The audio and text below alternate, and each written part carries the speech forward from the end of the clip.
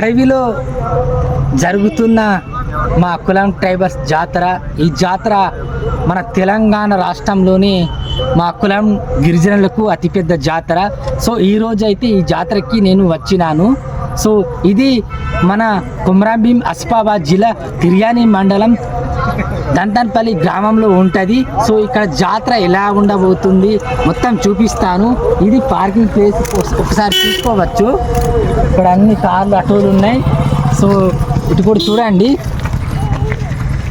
ఇక్కడ నుంచి ఇంకా చాలా దూరం వెళ్ళాలి, అటు వెళ్ళినాక చూపిస్తాను.